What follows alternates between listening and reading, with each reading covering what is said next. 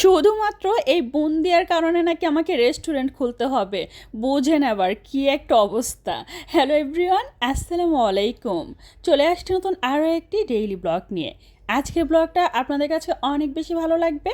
আশা করব পুরো ব্লগ জুড়ে সাথে থাকবেন, আর অবশ্যই একটি লাইক দিয়ে পুরোটা ব্লগ দেখার অনুরোধ রইল।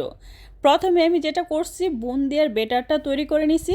আপনাদের কাছে আগে থেকেই সরি, কারণ এই বেটারের যে ভিডিওটা সেটা শেয়ার করতে পারি নাই, এতটাই ব্যস্ত ছিলাম। এখানে আমি 1 কাপ পরিমাণ চালের গুঁড়া আর 2 কাপ পরিমাণ বেসন, পরিমাণ মতো বেকিং সোডা দিয়ে সুন্দর করে বেটারটা তৈরি করে নিছি। আর এর থিকনেসটা কীরকম হবে সেটা তো দেখিয়ে দিলাম।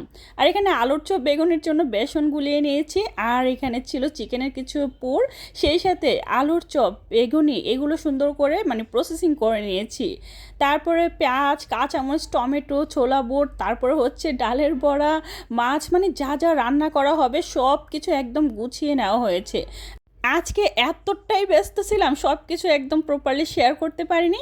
যাই হোক, তেলটা পরিমাণ মতো গরম করে নিয়েছি। এরকমভাবে গরম করতে হবে, একটু ব্যাটার দিয়ে আগে চেক করবেন যে দেওয়ার সাথে সাথে উপরে ওঠে কি না, তারপরে এইভাবে করে বুন্দিয়াটা বানিয়ে নেবেন।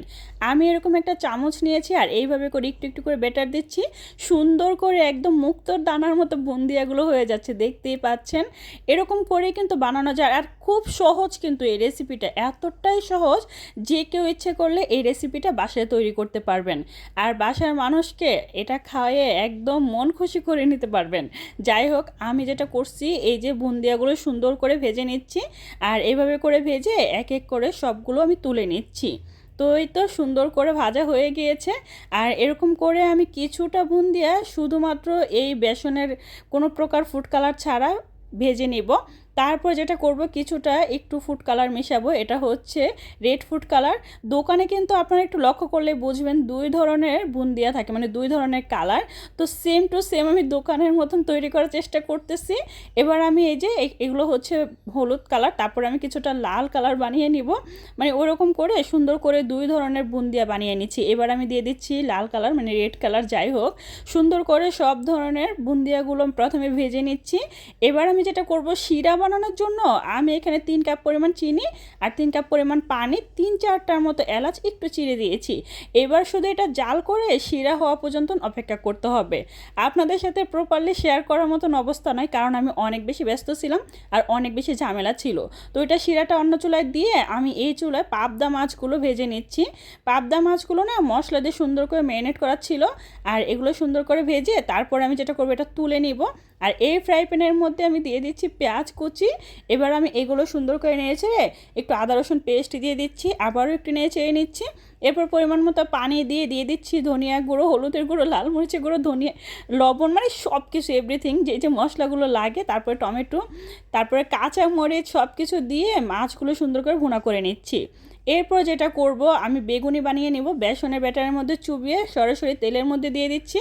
আর এই তো একদম টই টুম্বর ফুলে গেছে বেগুনিগুলো। আর এই তো আলুর চপগুলো ভেজে নিচ্ছি। এতটাই ব্যস্ত ছিলাম, আপনারা হয়তো ভিডিও দেখেই বুঝতে পারতেছেন। সবসময় কিন্তু আমি প্রপারলি একটু একটু শেয়ার করি, আজকে ওইরকম ধরনের অবস্থা নাই, তাই আমি যতটুকু পারছি শেয়ার করছি। আর বুন্দিয়াগুলো আমি শিরার মধ্যে চুবিয়ে সুন্দর করে ঢাকনা দিয়ে রেখে দিয়েছি। আর অন্য দিক দিয়ে আমার আম্মু ডালের বড়াগুলো ভেজে নিচ্ছে। আর এই ডালের বড়াগুলো ভাজা হয়ে গেলে আমি ছোলা বুটগুলো ভুনা করব। দেখতেই পাচ্ছেন আলুর চপ বেগুনিগুলো কতটা ফুলে একদম টইটুম্বর হয়ে আছে, জানে।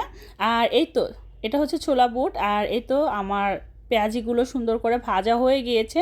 আমার আম্মু যেটা করতেছে, এগুলো এখন এক এক করে একদম সবগুলো তুলে নিবে। এই তো পেঁয়াজিগুলো ভাজা একদম পারফেক্টলি ডান।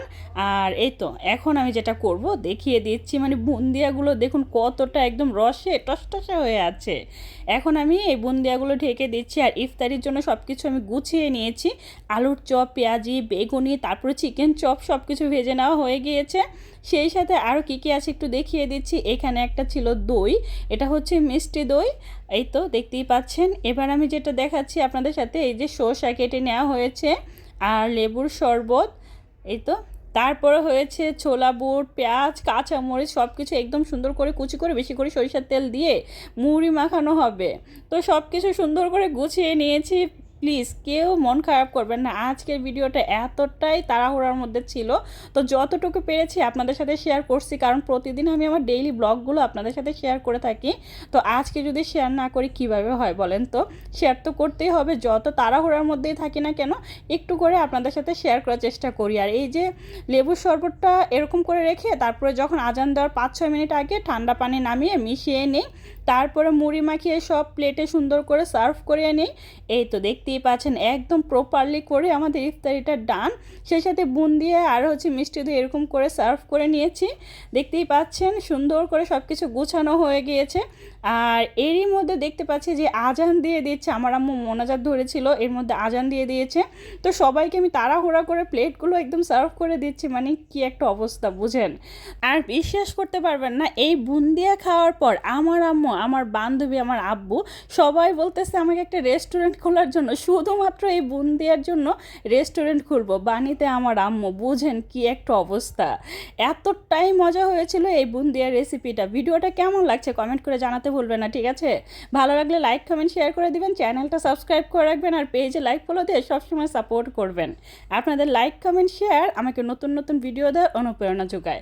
তো আজকে এই পর্যন্তই, সবাই ভালো থাকবেন, সুস্থ থাকবেন, আর অবশ্যই আমার জন্য দোয়া করবেন। আপনাদের কি এরকম হয় নাকি সেটা কমেন্ট করে জানাবেন। আল্লাহ হাফেজ।